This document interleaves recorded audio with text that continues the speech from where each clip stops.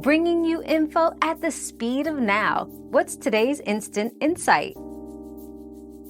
To reset your Sharp TV to factory settings without a remote, use the physical buttons on the TV. The process can vary slightly depending on the model, but generally follows these steps. 1. Find the Menu button on the TV. 2.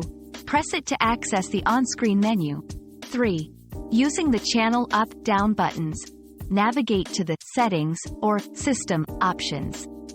4. Find Factory Reset or similar option using the volume buttons, then press the Menu or OK button to select it.